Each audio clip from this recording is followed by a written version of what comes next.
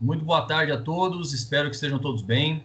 Vamos dar início à nossa quarta e última aula de gestão da qualidade, falando especificamente hoje sobre a norma ISO 9001, quando ela começou, onde ela apareceu em primeiro lugar, da onde ela veio, e consequentemente qual que é o foco da ISO 9000, especificamente da última versão que nós temos, né, 2015. Nós tivemos uma revisão em 2018, né, e como tudo, né, de certa forma, acabou sendo paralisada, a norma, quando ela tem uma atualização, uma revisão, em média, nós temos 3 anos para fazer a sua adequação. E caiu aí no ano de pandemia, que foi no 2020.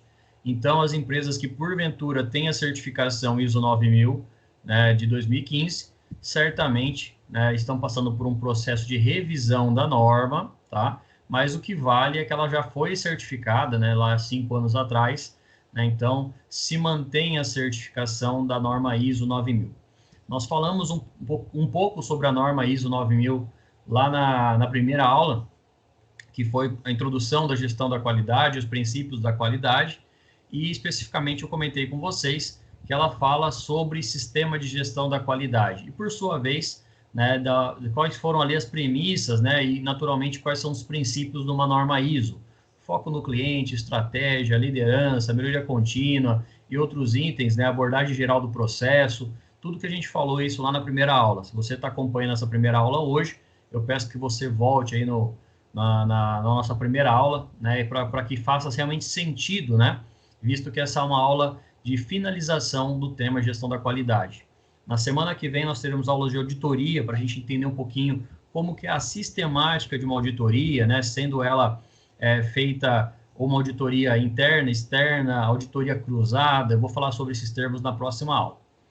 Falando especificamente sobre a norma ISO 9001, é importante, né, a gente apresentar de onde surgiu, né? Então, ela surge aí aproximadamente há 34 anos atrás, visto que ela teve a sua primeira publicação, né, como ISO 9000, lá em 87.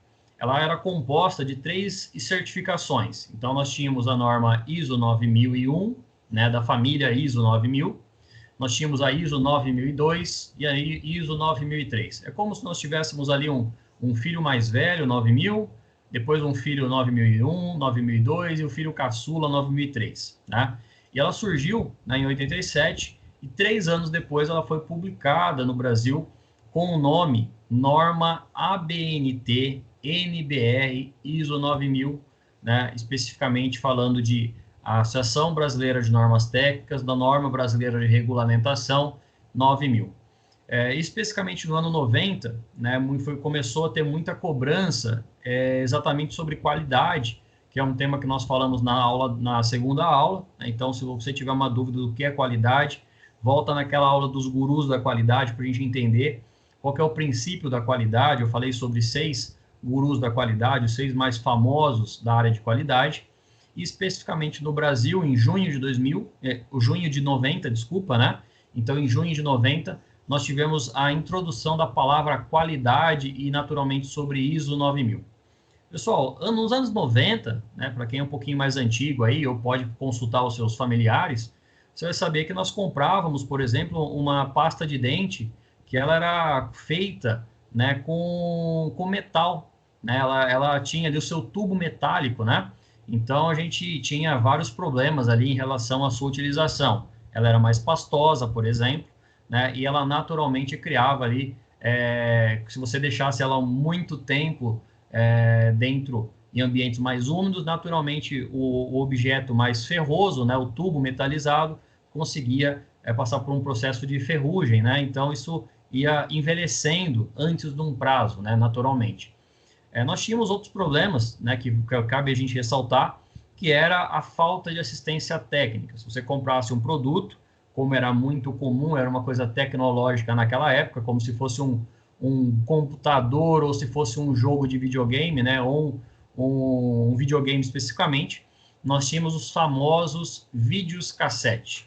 Deu um problema no videocassete, você não tinha o que fazer, era jogar fora e comprar um novo. Ou senão você levava ali perto de alguém que era mais fuçado, e essa pessoa abria, desmontava, fazia uma limpeza do cabeçote, que era uma coisa muito comum, e aí a gente conseguia utilizar esses produtos. Mas, naturalmente, não havia produtos com certificação de qualidade. Então, se comprava basicamente na tentativa e erro. Comprou, funcionou, perfeito. Nós comprávamos e tinha problema, a gente naturalmente descartava aquele produto. Nessa época, né, aproximadamente nos anos 91, 92, começou a ter também uma corrente do direito, que é chamada direito do consumidor. Né? Se hoje você chega numa loja, num estabelecimento, e lá tem o Código de Defesa do Consumidor, né, amplamente difundido aí por um apresentador de TV, né, que é advogado também, vocês devem conhecer, eu já até ouvido falar em algum momento sobre esse Código de Defesa do Consumidor. Se você chega numa loja, é obrigação da empresa, no caso, conhecer os direitos e os deveres do consumidor, e o consumidor também tem que ter ali seus direitos e seus deveres resguardados de acordo com o Código de Defesa do Consumidor. Isso é uma norma interna, né? O Código de Defesa do Consumidor é uma norma interna. Já a certificação ISO é uma norma mundial, ela é aplicada em todo o mundo. Foram identificadas, então, 3 considerações específicas, né, de 91, de 9001, 9002 e 9003, para desenvolver e colocar em operação a qualidade, né, nas organizações, nas empresas, nas indústrias e, naturalmente, em toda cadeia produtiva que busca uma certificação 9000. A série ISO 9001 era voltado à qualidade, então nós tínhamos que ter um produto com qualidade. Para se certificar que nós tínhamos qualidade, eu precisava ter o atendimento à série ISO 9002, que falava sobre o sistema de gestão da qualidade.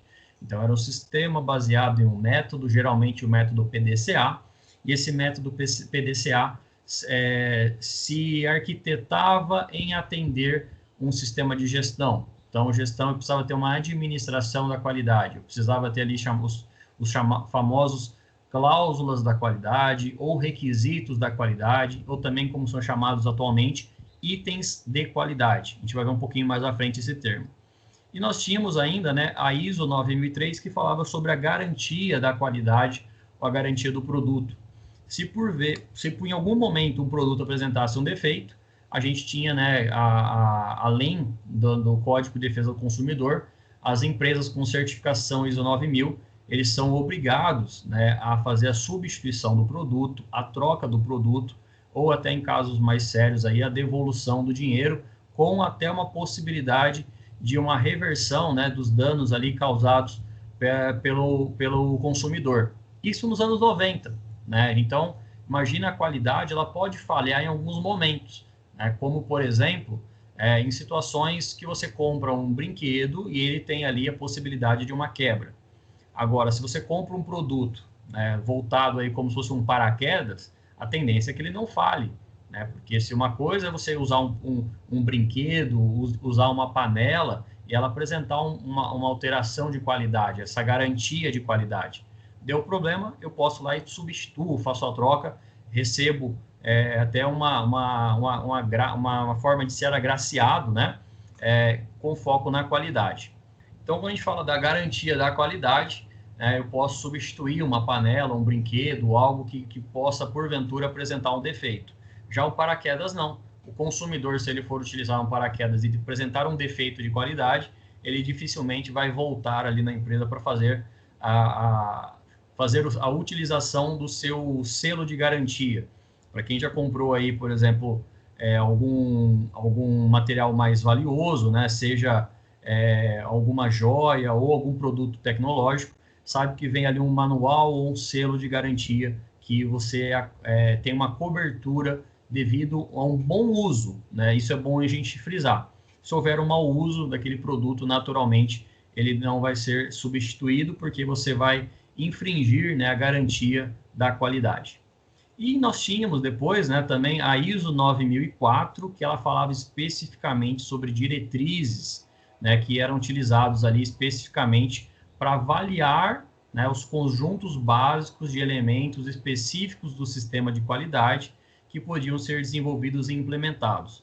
Ou seja, a norma ISO 9000, especificamente a série 9004, lá de 87, que depois em 90 chegou no Brasil, ela apresentava diretrizes, né? Então, você pode fazer algumas normas internas e procedimentos, desde que atendam o que está escrito na ISO 9004.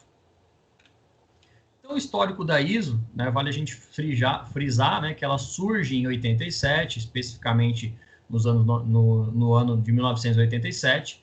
Ela tem uma publicação no Brasil em 90, ela é revisada já em 94, ela tem uma outra revisão em 2000, uma revisão em 2008, mais uma revisão, né, em 2015, que é a última que nós passamos, a 2018, e geralmente é dado um prazo de 3 anos, conforme eu falei no início da aula. Então, a última revisão que nós tivemos foi em 2018, entretanto, né, o que está em vigor é a última norma vigente, que é a norma de ISO 9001-2015, que certifica as companhias, certifica a empresa, tá bom? A gente vai falar um pouquinho mais à frente essa relação de empresa certificada e o que ela consegue de benefício com isso. Os benefícios da norma ISO, né, vão desde a sua aceitação no mercado global, como também uma diferenciação em relação à competitividade com os seus concorrentes. Então, a gente apresentou para vocês, né, como que ela surgiu lá de maneira mais pura, né, através da ISO 9000, 9001, até a série 9004, tá bom? Então, a norma ISO, pessoal, especificamente 9000, fala sobre gestão da qualidade e garantia da qualidade, apresenta as diretrizes para sua seleção e uso.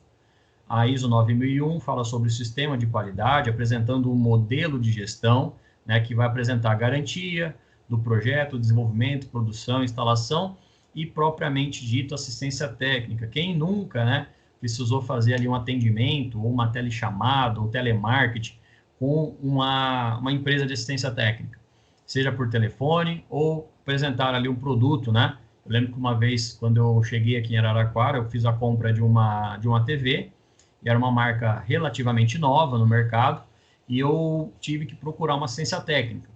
A empresa que fabricava, né, que fabrica esse produto nessa TV, me indicou uma assistência técnica.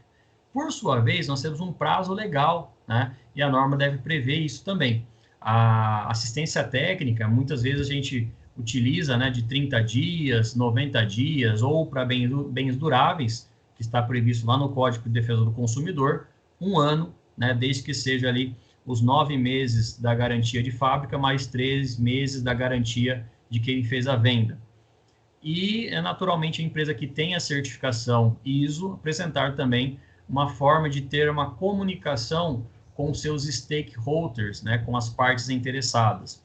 Essa assistência técnica ela vai servir para atender o cliente, lembrando que o foco da ISO também 9000 de qualidade é o foco no cliente, e por sua vez, né, ela também deve prestar satisfação, né, para toda a comunidade em que ela está inserida. Então, existe uma correlação de assistência técnica com também ali a empresa que vai fazer, de certa forma, o seu primeiro contato, né, com o cliente, caso ele apresente algum objetivo, algum problema em relação ao seu produto. A ISO 9002 fala sobre a área de qualidade, especificamente com o modelo de qualidade em produção ou instalação. Então, tem uma diferença com a norma ISO 9001. Porque a 9001, ela pega todo o processo, projeto, desenvolvimento, produção, instalação e a própria assistência técnica. A 9002, ela fala sobre qualidade em produção e instalação somente, né? Isso lá em 87, pessoal. Depois a gente teve uma revisão. O sistema de qualidade, no caso da ISO 9003, apresenta sobre inspeção e ensaios finais. Isso aqui é muito interessante a gente falar, pessoal, porque quando a gente compra um produto, no caso, um carro, né, ou algum outro produto que a gente vai fazer como utilizar dentro de casa, um eletrodoméstico, né, um eletroeletrônico, ele precisa, durante a sua montagem, a sua fabricação, realizar passos de inspeção e ensaios finais. Imagina vocês comprarem um carro, entrarem nele da partida, assim que vocês saem da concessionária, percebe que o freio não está funcionando, né? Então, geralmente, um carro novo, né, um carro quando ele é vendido, ele vai, obviamente, ter a sua certificação específica, que surge nos anos nos anos de 99, especificamente, são as certificações mais voltadas a determinados grupos específicos, né? E a ISO 9003 apresenta a relação das inspeções, né? Tanto a inspeção durante a montagem, como ensaio final. Então, se você comprar um carro zero lá, eles percebem que ele não vai ser 0 km, ele vai ser geralmente 7 a 10 km, que após a montagem é feito alguns testes com ele, né? E também nós temos a possibilidade de realizar ensaios finais. Quando a gente vê propagandas, né, de carros, principalmente os carros mais novos agora, falando que eles são campeões da categoria, porque eles foram colocados, né, em testes e ensaios finais, feitas por empresas específicas, e apresenta ali um determinado ponto, né, uma pontuação em relação à qualidade, ou naturalmente se ele consegue responder bem frente a situações de perigo, uma frenagem feita de modo inadequado, se porventura, né, se o carro bater, como que ele vai ficar, qual que é a segurança, né, das pessoas que estão ali dentro. Então, tudo isso surge, né, com a evolução da norma ISO. E, por último, nós tivemos a ISO 9004, que fala sobre gestão da qualidade, e especificamente apresenta as diretrizes de um elemento de um sistema de qualidade. Por si só, pode parecer que é tudo a mesma coisa, mas uma norma complementa a outra, né, formando o que a gente chama aí de família ISO 9000. Bom, se for para falar sobre certificação ISO, vamos falar sobre família ISO 9000, especificamente no Brasil, ABNT, Associação Brasileira de Normas Técnicas, NBR, Norma Brasileira de Regulamentação 9000, tá bom? Então, nós temos aí a ABNT, NBR, ISO 9000. As normas 9001, 9002, 9003, tem a sua versão lá de 87, eram sobre a garantia da qualidade, previstas, né, de acordo com as relações contratuais. Então, existia, né, e até hoje existe, né, uma certa fidelização do cliente, porque ele atende especificamente o que está no contrato. Então, uma empresa, quando ela vai se certificar de modo ISO 9000, ela tem que ter ali um feedback do cliente para ver se a relação contratual dela está sendo atendida. Tinha por objetivo assegurar que o produto entregue atendesse às especificações previstas em contrato. Porque nós tínhamos, pessoal, uma relação de que a empresa A fornecia para o cliente A. A empresa B, C, D, né, vamos falar assim, de categorias um pouco menores, seja em relação ao seu público, né, e também ao valor agregado, nós tínhamos uma certa categorização.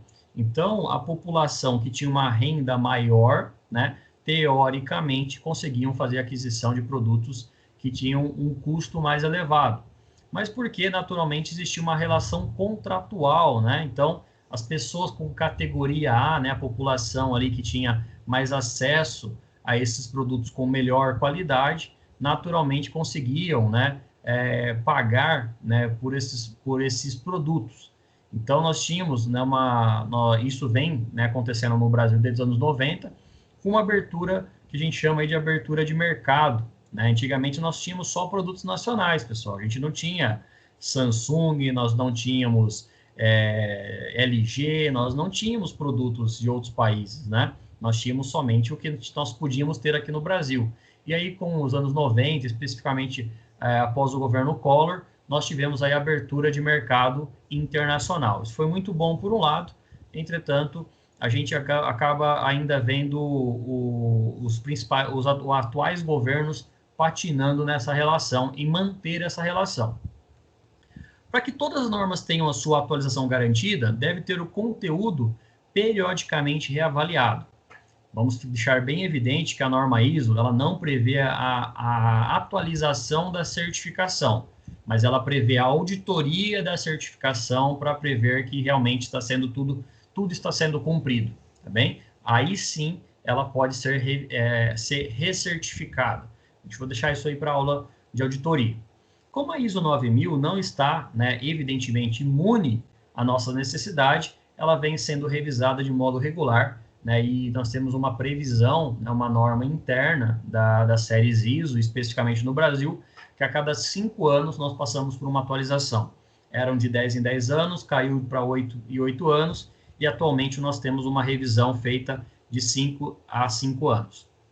A primeira revisão foi publicada em 94, né, apesar de não cumprir os 10 anos que foi previsto inicialmente, mas porque teve diversos aperfeiçoamentos, né? Vamos lembrar que o Brasil especificamente passou por uma série de alterações nos anos de 94, né, entre elas a abertura aí de capital, né, internacional, mundial, né, e ela introduziu aperfeiçoamentos, mas ela não alterou o objetivo primário, né, o que estava ali de forma mais evidente na norma de ISO 9000. E os requisitos foram ampliados, né, começou ali a ter mais itens para serem cumpridos, especificamente nós tivemos ali 19 itens na norma ISO 9002 e 17 itens na norma ISO 9003. Hoje nós temos aproximadamente 21 itens que a gente vai ver ao longo da aula. Desculpa, 20 itens aqui. Então, especificamente 20 itens que a gente vai ver ao longo da aula. E os itens podem ser chamados de cláusulas, como também podem ser chamados de referências, requisitos ou itens, tá? Mas a nomenclatura da época eram cláusulas contratuais. Então, nós tínhamos lá desde responsabilidade da administração, que um produto, um processo, um serviço nunca é somente de uma pessoa, né? Ela faz parte da alta direção, geralmente está ligado a toda a cadeia, né, de funcionários e de produção, e naturalmente também do setor administrativo. A segunda cláusula é apresentar, desenvolver e também, né, fazer a implantação e a implementação de um sistema de qualidade. A implantação são ideias, né, para se colocar em prática. E a implementação é o fato realmente de colocar essas práticas, né, essas ideias práticas na sua utilização. Nós tínhamos análises críticas de contrato, né, e está previsto até hoje essa análise crítica de contrato com os seus fornecedores, o controle de projeto, né, então nessa época nasce especificamente no setor de engenharia, setores de controle de desenho, né, ou também segredos industriais. Como vocês podem saber, né, tem muitos produtos aí que não têm a sua fórmula especificamente detalhada, né, no seu rótulo ou no contrato, porque nós temos segredos industriais, nós temos desenhos industriais, né, para que o nosso fornecedor não venha, né, o nosso concorrente, desculpa, não venha copiar o nosso projeto, tá bom? E existe aí, naturalmente, a necessidade de todo projeto dentro de uma empresa ser basicamente patenteado, né, que é uma prerrogativa internacional. Os controles de documento, né, então, muitas empresas aí nos anos 90, especificamente, criaram setores de controle de documento, e aí nasce o que a gente chama de cópia controlada ou cópia não controlada. Vou deixar para falar isso lá na auditoria, mas para a gente entender, se a empresa tem uma norma ISO, né, ou um desenho especificamente, todo desenho que sai desse controle de documentos tem que ter um carimbo ali. Essa era uma forma de controlar documentos e controlar desenhos industriais, e naturalmente isso foi criado de acordo com a necessidade e implementação das normas ISO. A aquisição, eu vou falar especificamente isso lá no final da aula, mas a aquisição, né, das normas ISO prevê, né, a necessidade da empresa, toda vez que for fazer a utilização de uma norma ISO, fazer a sua devida compra e registro, tá? Percebam que vocês podem entrar ali no Google e achar um modelinho, né, de uma norma ISO, mas geralmente do lado direito ali vai estar lá, né, cópia não controlada, geralmente escrito em vermelho, que foi vendida para determinada pessoa, para determinada empresa, está registrado. É uma forma de aquisição e também de manter, né, uma certa obrigatoriedade da empresa em fazer a aquisição desse produto. Uma empresa, quando ela vai se certificar, que ela vai implantar uma norma ISO, esse é um dos menores custos que ela vai ter, mas eu prefiro chamar isso de investimento. Produto fornecido pelo comprador, né, todo produto, né, que ele é fornecido por uma empresa, ela geralmente tem que ter uma espécie de selo, né, além da nota fiscal, da necessidade de ter uma rastreabilidade, que é o item secundário aqui, de identificação e rastreabilidade de um produto. Se você já comprou aí uma peça de plástico, né, vamos lembrar de uma bandeja ou de algum produto, Vocês vão ver ali no final dela, vai ter uma identificação, né, a data de produção, o turno que foi montado, quantas peças foram montadas, né? Essa é uma forma de rastreabilidade de um determinado produto. Para isso, nascem os controles de processo, ou seja, a segurança do trabalho ela vai ser fundamental na parte 9 até especificamente a parte 18, tá? A gente vai falar um pouquinho mais sobre isso, mas é legal a gente conhecer os processos, porque o técnico de segurança do trabalho vai atuar desde os processos até o efetivo treinamento desses trabalhadores. Quando eu falo sobre processo, pessoal, vamos lembrar que processo ele vem das entradas, que a gente viu na aula passada, o processamento, como que acontece isso dentro de um sistema, naturalmente até a saída desse produto. E por si só, a gente, enquanto profissional da segurança, sabe que a gente deve fazer um negócio chamado análise preliminar de risco. Então, dentro de um controle de processo, eu posso realizar o que a gente chama também de APR, né? Ou análise preliminar de risco, e dessa forma controlar o processo e os eventuais desvios. Para isso é necessário conhecer, né, também sistemas de inspeção e os ensaios específicos.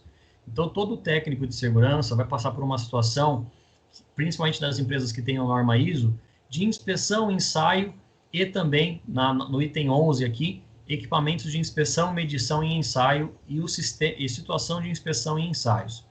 Sabe esses equipamentos que a gente utiliza de higiene ocupacional?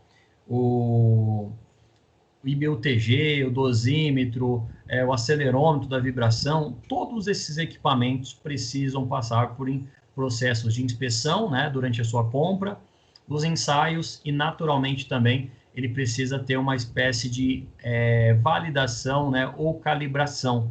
Está previsto na norma ISO a necessidade de fazer um controle desses equipamentos, tá? Então, o técnico de segurança que esquece de fazer essa certificação, isso pode, de certa forma, atrapalhar no andamento, né? Não vai fazer a empresa perder a certificação, tá, pessoal? Mas pode ser um ponto ali de uma não conformidade. Aproveitar aí para chamar o próximo gancho, né? Da cláusula 13ª, que é o controle de um produto não conforme. A empresa com uma certificação de uma norma ISO tem que se preocupar especificamente com as não conformidades. O que é isso? Quando eu falo sobre um produto, né, especificamente eu vou pegar o exemplo da nossa caneta, que fica aqui sempre ao meu lado. Quando eu compro uma caneta numa papelaria, ou como eu compro na internet ou alguma coisa, eu quero chegar em casa e usar ela no caderno. Eu não quero ficar esquentando ela, eu não quero ter que voltar na loja para trocar um produto, né? Então, se espera que durante a sua montagem, a sua etapa de fabricação, tenham sido feitos, né, etapas de inspeção e ensaio para que ela não falhe, né? E se falhar, o que a empresa vai fazer com essa caneta que falhou? A gente tem as opções de descarte, mas geralmente as empresas aproveitam, né, até por uma questão de sustentabilidade futura, de reutilizar esses equipamentos, né, e identificar exatamente o que está falhando. É a carga da caneta, é a ponta da caneta, é o tubo que não está bem encaixado, é a tinta, né, a tinta da caneta esferográfica que está apresentando alguma possibilidade de falha. Aí aqui nasce os métodos de avaliação de um produto não conforme. E aí, pessoal, a gente teria uma outra aula só para a gente entender essa questão de não conformidade.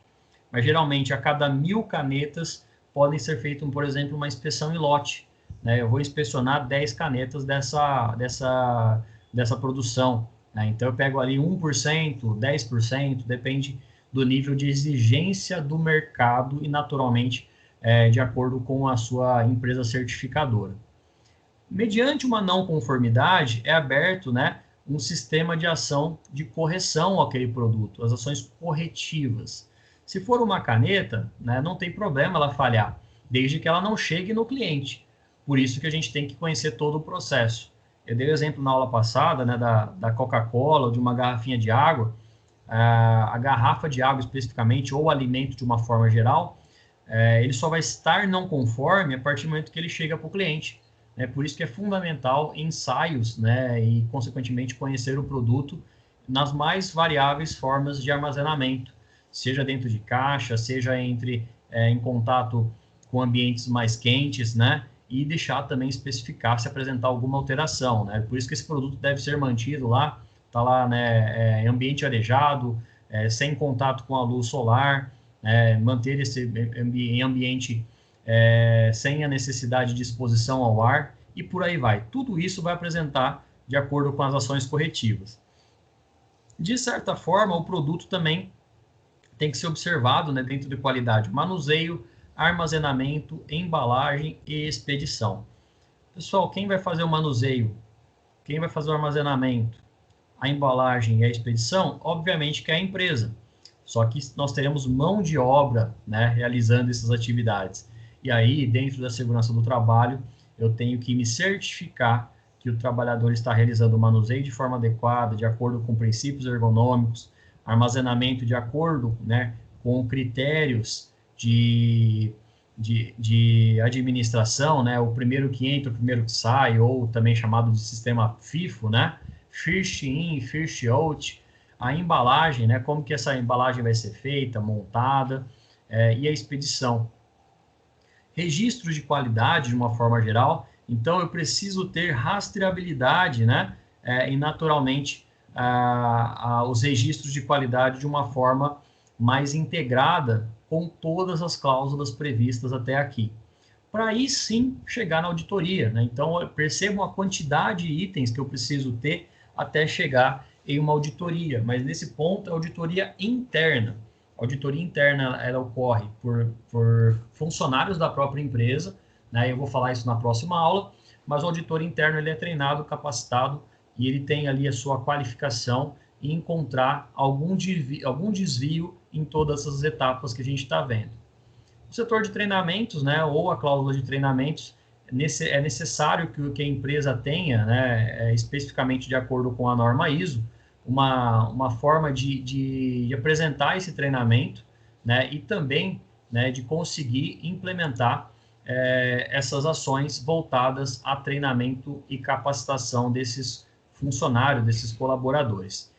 Por sua vez, né, de forma mais, para a gente finalizar, né, assistência técnica, né, caso, né, todos os filtros aqui até o 18º item, né, sejam observados, eu preciso também cumprir a assistência técnica, que por sua vez vai levar em conta a possibilidade de falha, né, se houver em algum momento, né, depois de chegar lá no cliente, se for identificado alguma possibilidade de falha, essa possibilidade de falha deve ser atendida, né? Então, geralmente, você compra, por exemplo, um celular ou uma TV, você não vai ficar com ela lá apresentando defeito, falha, né? Então, por isso que é necessário uma assistência técnica espalhada, centralizada, de acordo com a sua necessidade. Pode acontecer de alguns produtos terem certificação ISO 9000 e não ter uma assistência técnica próximo da nossa residência, da nossa casa. Não é problema da norma, e sim, né, da administração que não se atentou a isso. Então, quando ela vai abrir mercado, quando ela vai expandir, né, para outros mercados, ela precisa também assegurar a sua assistência técnica. Só deu um raio aqui, mas está tudo bem. As técnicas estatísticas, por final, é uma forma de amostragem que a gente conhece um pouquinho dentro das normas ISO. Então, a norma ISO 9000, né, se alguém um dia perguntar para vocês, uma definição mais técnica a norma ISO 9000 é uma norma que estabelece requisitos para que um sistema de gestão da qualidade seja operacionalizado de forma eficaz.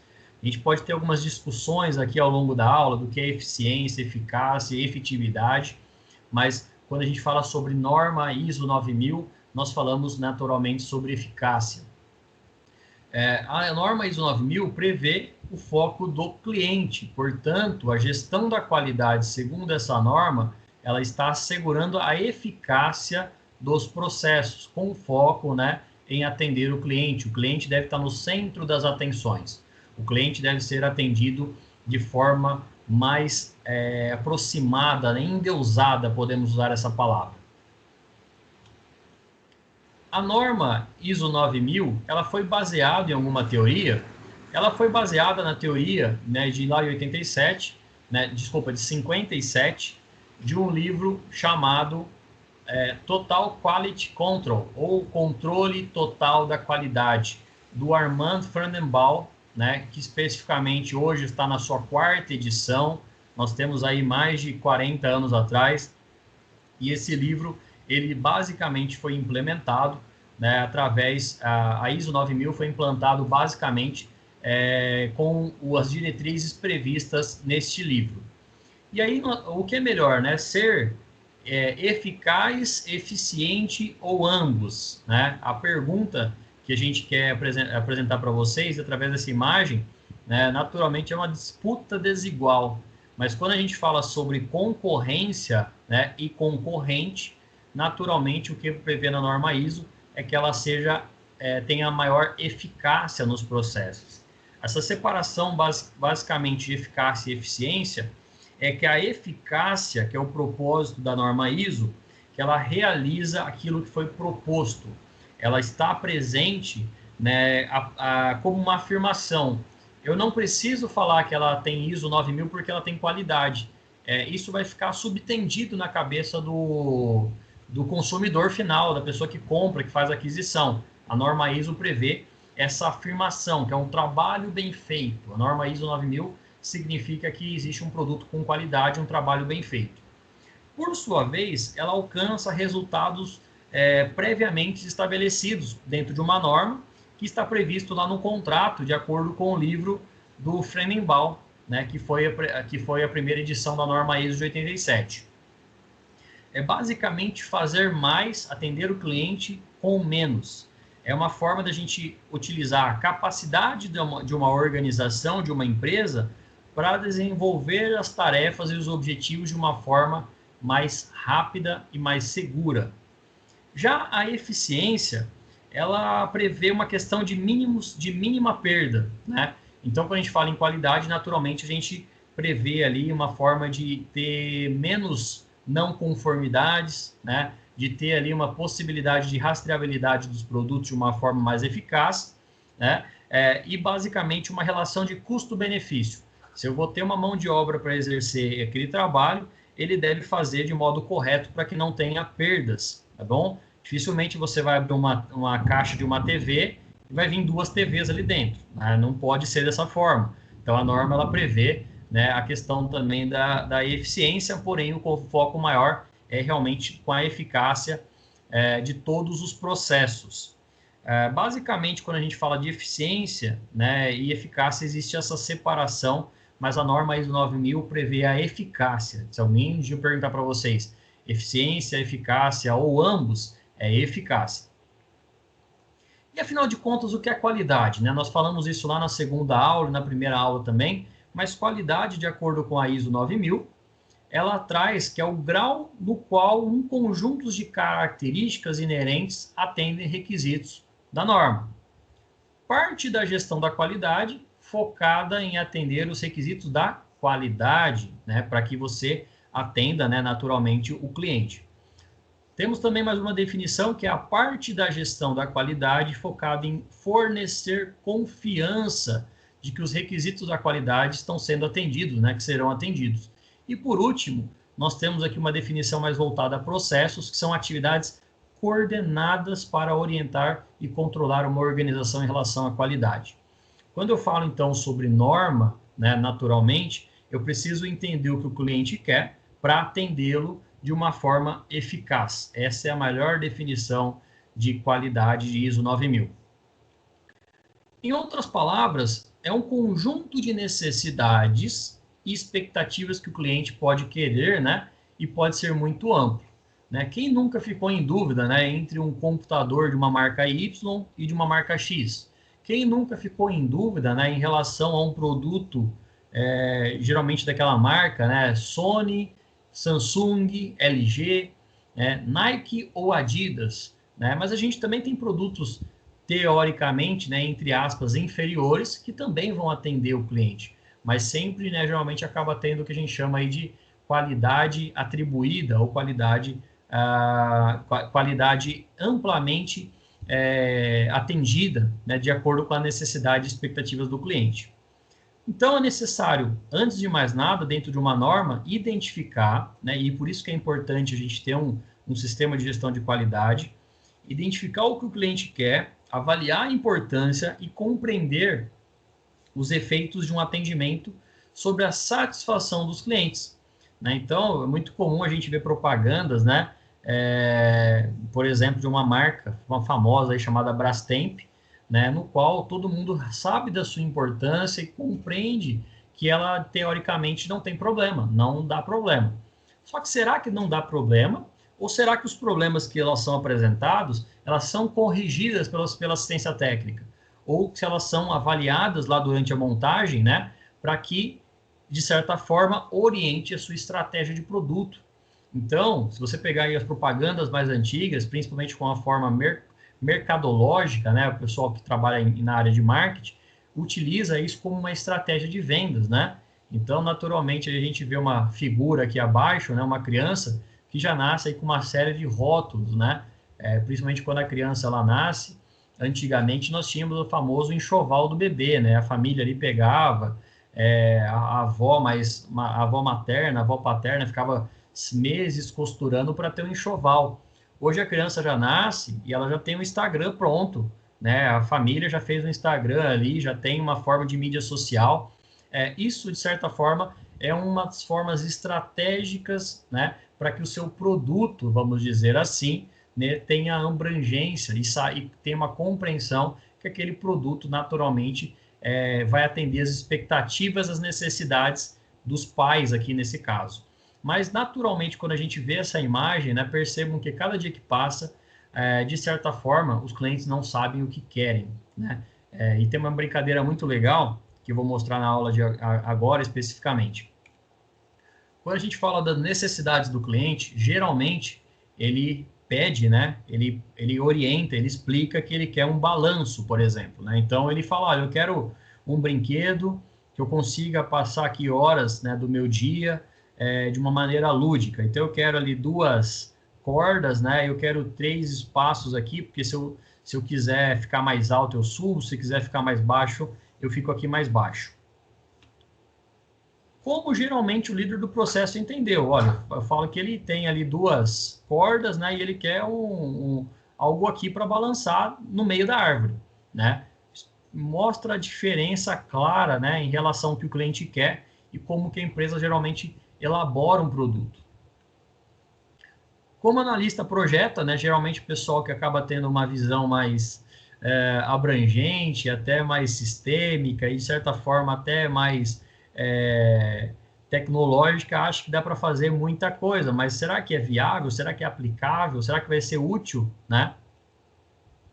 Como geralmente o programador constrói, né? Geralmente vem ali para você montar, né? Geralmente quando a gente compra aí algum produto especificamente, eu preciso depois montar ele, né? Então ele não vem montado. Como consultor de negócio, ou como o vendedor descreveu, né? Então, como você queria um projeto específico no meio da árvore, como você pudesse ficar mais alto, mais baixo, né? Então ele melhorava ali, ele enfeitava, porque afinal de contas isso tem um custo agregado, né? E fala ali até que viria, né, raios solares juntos para que ele brincasse, né, numa situação, num foco específico de luz. Como o projeto foi documentado, muitas vezes não é feito nenhuma documentação disso, e essa é a pior parte, porque se o cliente ele quer novamente o mesmo produto, né, geralmente eu não tenho uma receita de bolo, né? Então dificilmente eu consigo fazer o mesmo produto 2 vezes, por isso que é importante uma norma ISO no que diz respeito à padronização. Outras funcionalidades foram instaladas, né? Geralmente a gente acaba tendo até algo a mais ali que de certa forma não serve para muita coisa. Quem nunca comprou um celular, tirou ele da caixa, ligou ele, apareceu um monte de aplicativo, teve que ficar depois deletando ele, e aí do nada ele aparece de novo. Fala, mas eu deletei isso, ocupa espaço. Mas é porque foi feita uma atualização e ele voltou ali no seu produto. Como o cliente foi cobrado, né? Já você falou que queria uma coisa para brincar, né? Você queria uma coisa lúdica, né? Então a gente está apresentando um preço aqui.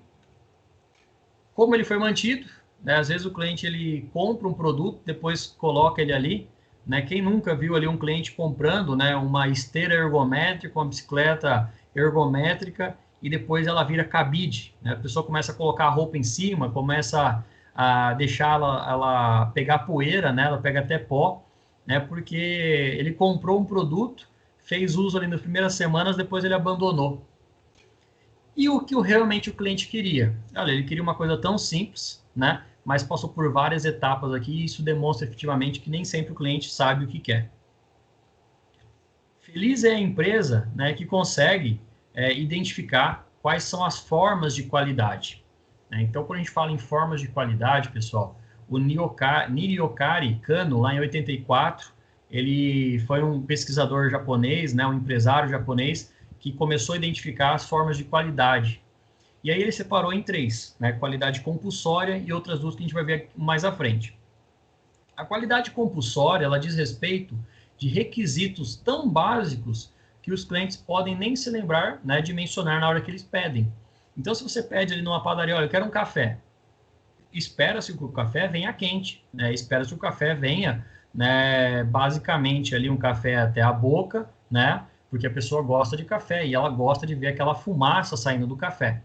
Agora, se você pede um café e ele vem gelado, naturalmente você vai observar uma falha daquela organização, no caso, a padaria ou aquele lugar que você foi tomar o café, uma falha em atender o cliente.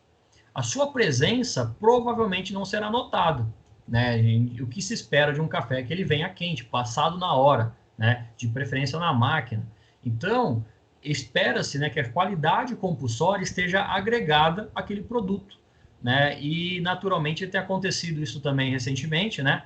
As empresas, geralmente as padarias ou estabelecimentos que vendem café, eles vão trazer o café e vão trazer um sachê de açúcar ou o aspartame, né, que é mais antigo ainda, né, ou adoçante, para que isso sim atraia a satisfação do cliente.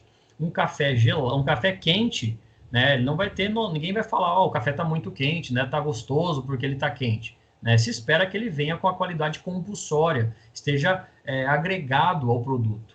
Mas se ele vier frio, né, a sua ausência vai gerar uma grande insatisfação. Né? Eu não conheço ninguém que goste de café gelado.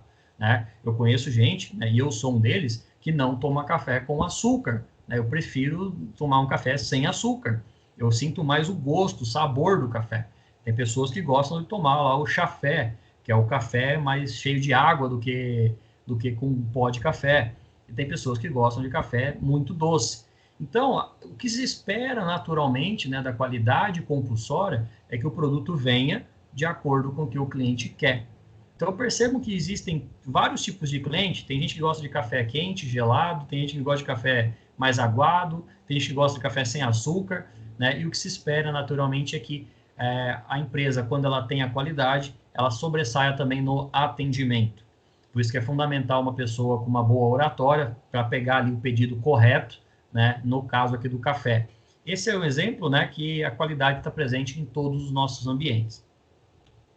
Nós temos a qualidade linear, né, que aqui dá um sentido em relação a tempo, tá? Então, em relação ao tempo, pode gerar uma grande satisfação do cliente ou também uma insatisfação em alguns casos. A qualidade linear, ela apresenta tipicamente respostas que nós temos, né, basicamente, quando perguntamos ao cliente o que eles querem. Olha, eu quero comprar um celular novo, tá? Então, é um produto que vai gerar uma satisfação. Ou pode também gerar uma insatisfação de acordo com os períodos de entrega. Se eu tenho, por exemplo, uma empresa que faz o transporte e naturalmente o meu produto ele fica parado, né, ou demora, né, eu naturalmente vou deixar isso para uma outra hora, né, ou não vou nem comprar.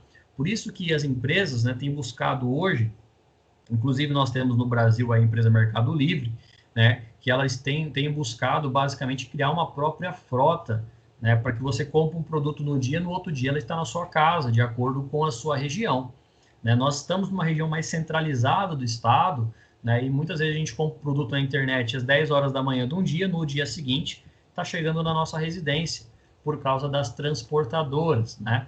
Nós temos a iniciativa pública, né, os Correios, né, que é uma sociedade mista, pública e privada, e naturalmente a gente tende a ficar mais insatisfeito, né, de acordo com a intensidade proporcional da sua presença ou ausência de um produto ou serviço. Eu precisei recentemente mandar uma carta, entretanto nós estávamos numa situação de lockdown, né? Então nós tínhamos duas situações específicas. Uma, que uma pessoa precisa mandar uma carta para outra, né? E isso é uma coisa bem difícil, porque as coisas hoje estão mais tecnológicas. Você manda áudio no WhatsApp, você manda vídeo, você manda foto, você digitaliza documento, mas naqueles documentos específicos eu precisava mandar via carta com o famoso aviso de recebimento, né? Ou AR. Então, quando a gente fala desse produto específico, eu preciso mandar via correio. Então, eu tinha uma insatisfação muito grande, porque é uma empresa que tem, obviamente, seus processos de qualidade, né? Entretanto, gera insatisfação em relação às suas entregas. Se não houvesse um monopólio, talvez eu poderia pedir uma transportadora fazer isso. Entretanto, nós não podemos, né, nesse caso especificamente, um serviço que existe um monopólio. E nós temos, por último, né, a qualidade atrativa, que significa, né, eu olhar para o cliente, né, e tentar atender as suas expectativas, atender e superar as suas expectativas.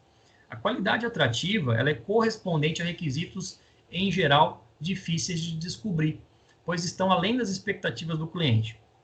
Se alguém, porventura, um dia fez um pedido, né, de uma pizza, por exemplo, e falaram que a pizza seria entregue em 30 minutos, e ele demorou 1 hora para chegar, vai gerar uma insatisfação, né, naquele cliente. Mas se atender o horário específico, falou que era 30 minutos, em 30 minutos entregou, ou 40 minutos, a sua qualidade, a sua presença, ela vai excitar o cliente, ele vai ficar feliz, ele vai até esquecer que, porventura, né, a pessoa que atendeu ali não foi tão educada com ele, ou que porventura atrasou, antecipou, né? É preferível antecipar do que atrasar. Então, quando a gente fala sobre qualidade, pessoal, especificamente atrativa, né? Se alguém já passou por essa situação de comprar um produto, né? Uma pizza, e porventura atrasou 20 minutos, né? A pessoa, ela pode, né? Naturalmente, aquela empresa, muito provavelmente que o cliente não vai se manifestar de forma explícita.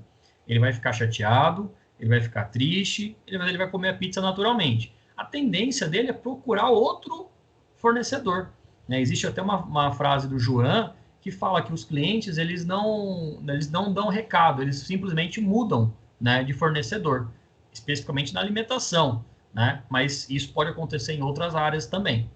Então, cabe, portanto, né, às organizações, às empresas, explorar as oportunidades, né, que geralmente não são verbalizadas pelos clientes, para identificar os elementos de qualidade atrativa, como, por exemplo, olha, minha pizza atrasou 20 minutos por causa das entregas, mas eu estou mandando juntamente uma pizza totalmente gratuita, doce, né, ou um refrigerante, né? Quem nunca foi chamado aí por uma qualidade atrativa em um store no Instagram, que você vê ali, a pessoa vai fazer a entrega de pizza e vem com uma Coca-Cola gratuita, ou com um Guaraná gratuito, né? Essa é uma qualidade atrativa, diferentemente da compulsória, tá?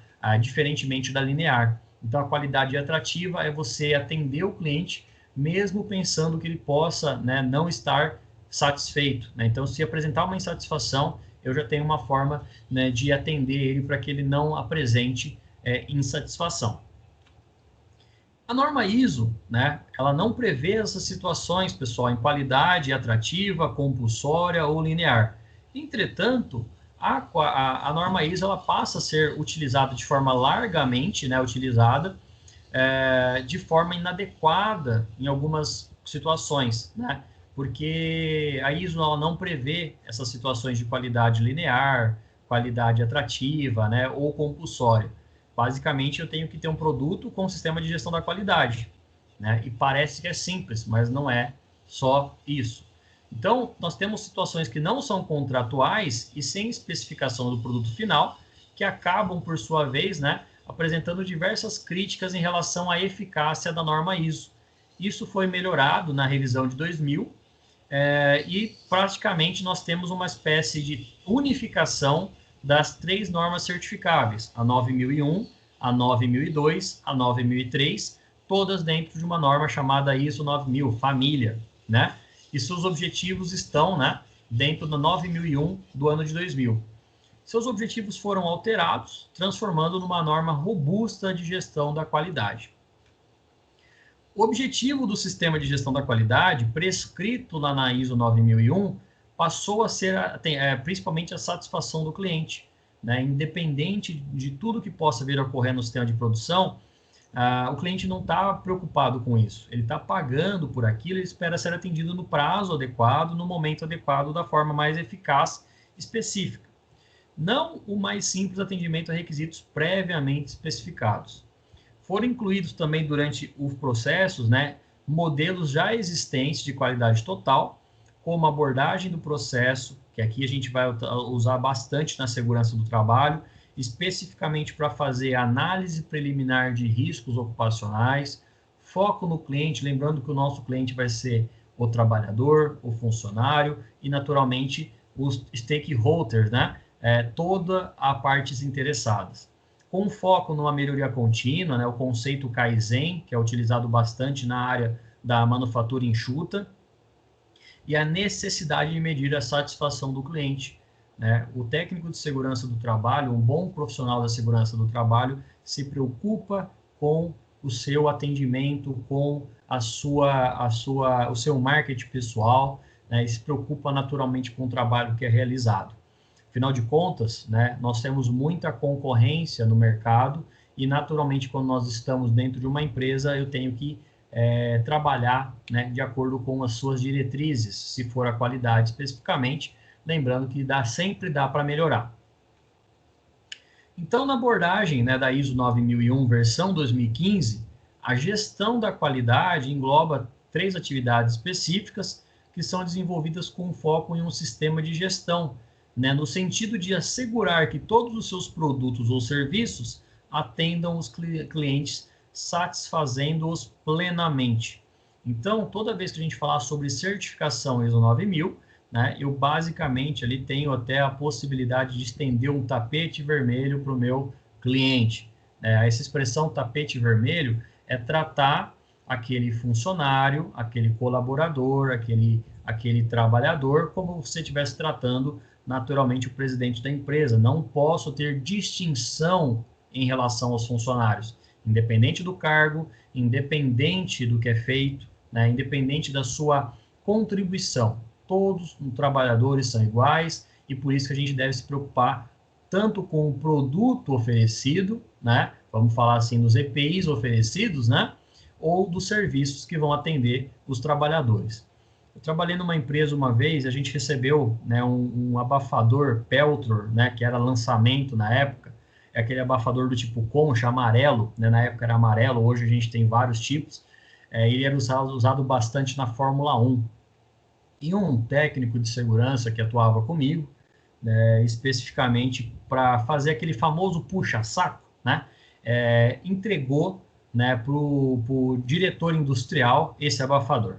E ele só queria um plug de inserção. Ele queria um plugzinho para colocar no ouvido por causa do barulho da empresa, né? E ele ali, naturalmente, pessoal, a gente pode ter, né, essas situações, até envolvem questões de características de uma pessoa que quer agradar em excesso, né? Mas poderia fazer isso com todos, né? E aí fica a lição para vocês, né? É atender como você gostaria de ser atendido, bom? E o serviço, da mesma forma, atender o cliente de uma forma eficaz, né? Se o cliente tem um problema, qual que é a minha situação problema? Se eu tenho, né, um serviço, né, e esse serviço é essa tampa de caneta, ela tem que caber naturalmente na caneta, né, e ela tem que ser específica para aquele cliente, né? Afinal de contas, ele funciona mesmo sem o serviço. Eu não preciso da tampa para a caneta funcionar. Então, quando eu falo sobre serviço, significa que a empresa ela vai funcionar mesmo sem a atuação daquele profissional da segurança. Poxa, Conrado, mas o técnico de segurança vai deixar de existir? Não. Mas o serviço que ele tem que fazer, né, vai ser sempre realizar um trabalho bem feito, seja treinamento, seja integração, seja o que for feito na segurança do trabalho, tem que ser feito para atender todos os clientes. Da mesma forma, garante, né, que seu processo ou serviço esteja em conformidade com os regulamentos a eles aplicáveis. Percebam que quando a gente fala sobre regulamento, a gente tem uma tendência em procurar as normas regulamentadoras. Mas muitas vezes eu vou ter regulamentos superiores ou até inferiores com as normas internas, né? Então, se uma empresa prevê, por exemplo, que eu não posso fazer a utilização de celular dentro da minha empresa, compete ao técnico de segurança informar durante um treinamento, que é um serviço, né, que aquela empresa não permite o uso de celular, porque isso pode ocasionar uma distração e, por sua vez, se pode acontecer um acidente. Da mesma forma, existe uma norma interna, né, que apesar de existir uma correlação com a NR6 que fala de EPI, a gente entende que o produto fornecido, no caso o EPI, ele tem que ser fornecido gratuitamente pela empresa. Ah, mas o colaborador comprou um sapato de segurança que é da Caterpillar porque ele viu lá na internet e comprou. Tudo bem, ele pode usar do portão para fora, portão para dentro, ele tem que usar os equipamentos previstos, né, e fornecido pela própria empresa, porque eu atendo um regulamento interno, né, e, consequentemente, atendo as normas regulamentadoras, especificamente NR6, né, e o artigo da CLT, que fala sobre a necessidade da empresa fornecer os equipamentos para os trabalhadores. E, de maneira contínua, né, melhorar continuamente o seu desempenho. Né? Bom aí o profissional da segurança do trabalho ou de qualquer outra área que faz uma avaliação no final da semana, no final do dia. Hoje é sexta-feira, né, nós estamos nessa aula de sexta-feira, é bom a gente passar aí a régua, né, como é dito, né, na nossa aula hoje, no final da nossa aula, e falar assim, o que eu aprendi de qualidade? Como que eu consegui, né, passar essa informação para os alunos? Qual que é o feedback? Por isso que a gente precisa monitorar também esse desempenho. Para falar um pouquinho sobre norma ISO, né, uma curiosidade para vocês, né, nós temos aqui uma pesquisa do ano 2011, né, uma pesquisa antiga, né, mas é a mais atual que nós temos, que fala que a ISO 9000 é seguramente uma das normas mais conhecidas do mundo, né? E especificamente por ser uma das normas mais conhecidas do mundo, ela está com uma certa abrangência, né, em todos os países, né, nos continentes, seja no continente asiático, africano, europeu, da América do Norte ou da América do Sul, eu tenho a implantação de uma norma ISO. Por sua vez, uma empresa certificada em ISO 9000 consegue, né, capital, consegue mercado de uma forma mais eficiente, né, vamos falar de um modo mais rápido, né, em outros países. Uma pesquisa mundial efetuada pela própria Associação Internacional Norma ISO, né, vamos lembrar que a gente falou isso lá na primeira aula, né, que seria basicamente uma bandeira, né, o standardization, né, ou padronização internacional das organizações, mostrou que no final de 2011 nós tínhamos aproximadamente, né, mais de 1.100.000 certificados de conformidade com a ISO 9000, né, que tinham sido emitidos aproximadamente por 180 países, né? Apesar de tudo, né, os países da China, que muita gente fala que não tem qualidade, não é que não tem qualidade, pessoal. Na verdade, os brasileiros, de certa forma, procuram trazer os produtos que tenham maior facilidade de acesso, né, os produtos mais baratos. Então, apesar de tudo, né, a China tem aproximadamente ali 328 mil empresas certificadas. Lembrando que isso é lá do ano de 2011. E aqui nós temos China, Itália, Japão, Espanha, Alemanha, né, o Reino Unido, formado ali pela Inglaterra, País de Gales, Irlanda do Norte, né, especificamente por essa região, né, e nós temos ainda a Índia, França e o Brasil, que configurava em 9º lugar, né, especificamente com aproximadamente 28.325 empresas com certificação ISO. Seguido de Coreia do Norte, Estados Unidos, que apesar de tudo, muita gente acredita que tudo vem de lá, né? Vamos lembrar que a ISO, né, ela fica localizada na Suíça, né? E a Suíça também não configura aqui entre os 12 primeiros países. Vamos lembrar que a Suíça, especificamente, ela é um local, né, um país especificamente que não tem tantas empresas assim, mas por sua vez seguido de Coreia do Sul, Estados Unidos e Romênia.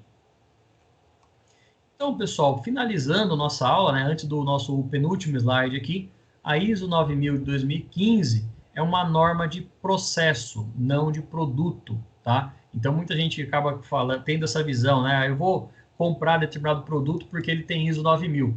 Não significa que ele não vai quebrar, não significa que ele não vai apresentar falhas. Significa que o processo que existe, né, vão afetar o produto final. Então, se espera que o produto atenda naturalmente o que o cliente quer, de acordo com o sistema de gestão da qualidade eficaz, né? Se prevê, então, que a norma ISO vai ter um sistema de gestão de qualidade, gerando um produto eficaz, né, que vão satisfazer os clientes, e não que o produto vai satisfazer o cliente. Né, que o processo, durante a sua elaboração, montagem, fabricação, inspeção final, treinamento, auditoria, conformidade, vai satisfazer o cliente. O que não se pode aceitar, né, contudo, é que alguns anúncios publicitários, né, no caso aí da Brastemp, tentem induzir, né, que o sistema de gestão da qualidade vai equivaler à qualidade do produto. Tá? Então, o produto especificamente ele não vai trazer qualidade agregada, e sim que o processo de montagem vai assegurar que o produto atenda o cliente. Para isso, né, nós temos aí basicamente os requisitos mais específicos da norma ISO, que eu compartilhei com vocês, que prevê o que o cliente quer e para quê. Então, identificar os requisitos do cliente, né, para que desenvolvam-se produtos e processos que atendam os requisitos que o cliente vão garantir a sua satisfação. Para isso, né, é necessário ter uma política com objetivos previstos da qualidade. Muita gente acredita que política de qualidade é simplesmente um documento, mas na verdade é um compromisso, né? Quando você assina uma política de qualidade, quando você certifica que a sua empresa tem uma política de qualidade, significa naturalmente que a empresa está compreendendo, né, que ela precisa ter um compromisso da alta direção em satisfazer o cliente. Porque se não houver o cliente, naturalmente a empresa, né, estará fadada ali ao fracasso. Por isso que é importante alinhar todos os esforços necessários, né, para que todos os componentes da força de trabalho, e aí vão envolver os trabalhadores, vão envolver a segurança do trabalho, para orientar a forma de mensuração de resultados. Eu estava até comentando um pouquinho no início da aula, né, a questão de auditoria, muitas vezes acaba criando uma sobrecarga mental muito grande em relação à auditoria. Pessoal, se teve 2, 3 anos para fazer a implementação da norma ISO, não vai ser no dia da auditoria que vai ser resolvido todos os problemas de uma organização. Uma empresa que apresenta não conformidades não significa que ela vai perder a norma ISO.